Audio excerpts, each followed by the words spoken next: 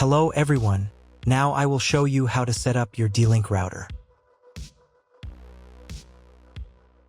And before I start, I want to remind you that if my video will help you, please support my work. Half of all donations I send to animal shelters. All details are in the description down below. First, turn on the router. Take the power adapter. Plug the power adapter into an outlet. And connect the other end into the router.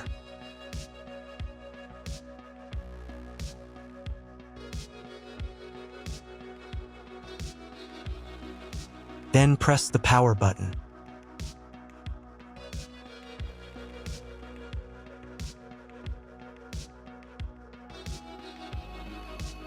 When the router is powered on, the light will turn on. It may take a few minutes for it to completely turn on. Next, connect the cable from your internet provider or from your modem to the internet port. This port is often labeled WAN and typically has a unique color. Each cable should be inserted until there is a click. You now need to reset the router to its factory settings. Press and hold the router's reset button for 10 seconds. Wait for the indicator lights on the router to begin flashing. Sometimes, this button is located inside the router casing to prevent accidental presses. In this case, use a thin object to press it down.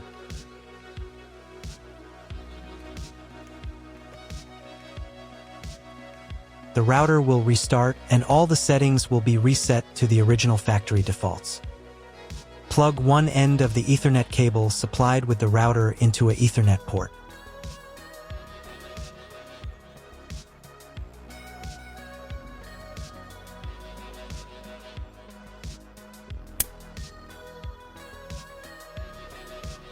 Plug the other end of the cable into your computer's Ethernet port. Please wait a few minutes for connection. The router is connected to your computer. Now you will need to set it up. But first, I'll show you another way to connect the router if you don't have an Ethernet cable or your computer doesn't have an Ethernet port. Connect the router to the power source and plug in the cable from your internet provider.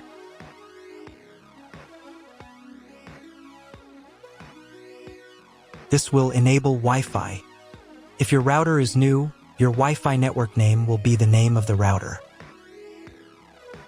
Your router has its own Wi-Fi network name and password printed on a label. Connect to it. Great, you've connected to the router. Now let's start setting it up.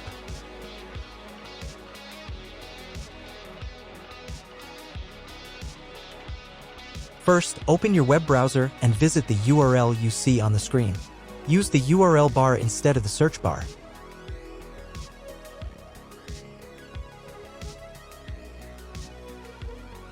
At the beginning, you will see a form with a login and password. Usually, it is admin and admin.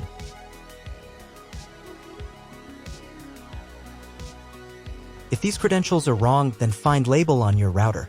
The credentials are often printed on the bottom of the device.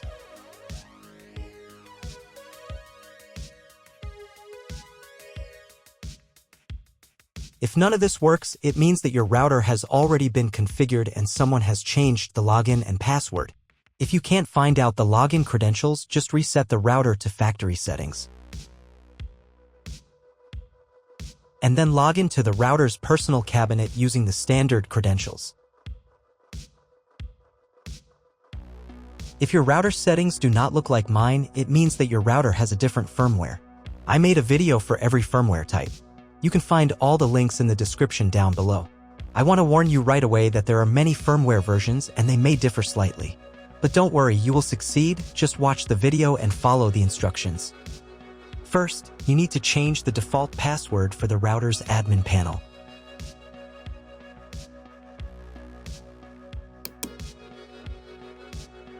Now log in to the router's admin panel again using the new password.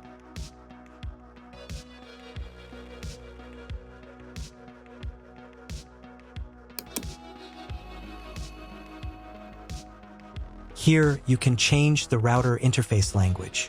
I will keep the language as English. To start the setup process, go to the Click and Connect menu. Click Next. On the next page, select your internet provider. From the provider drop-down list, select your country and operator if you are going to configure a 3G network connection, or leave the manual value if you are going to configure a WAN connection of another type or want to specify all settings for your 3G WAN connection manually. Click Next. On the next page, select connection type.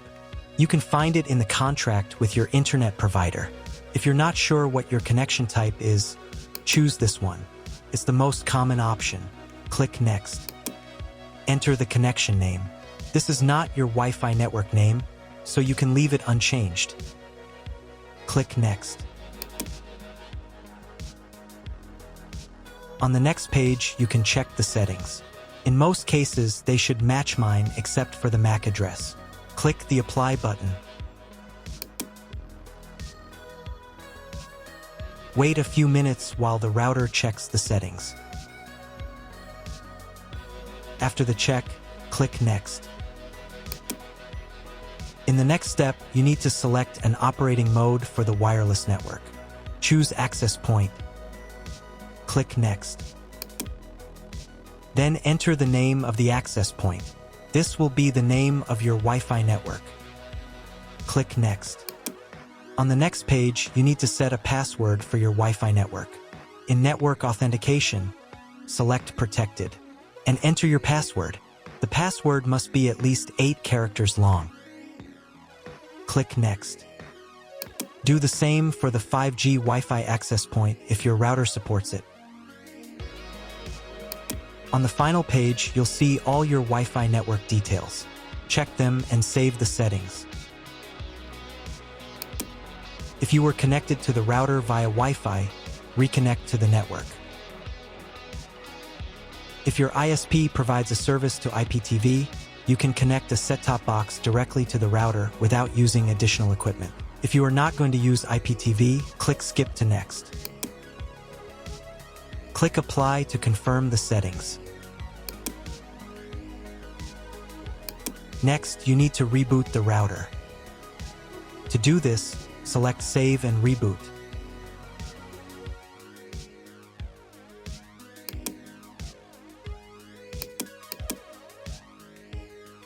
Wait a few minutes for the router to fully restart.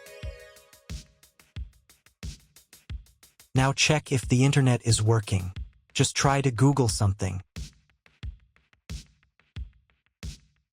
If there's no internet at this stage, call your internet provider.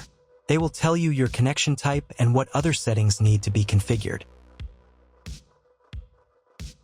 That's all. If my video was useful, please support my work. I send half of all donations to animal shelters. All the details are in the description below.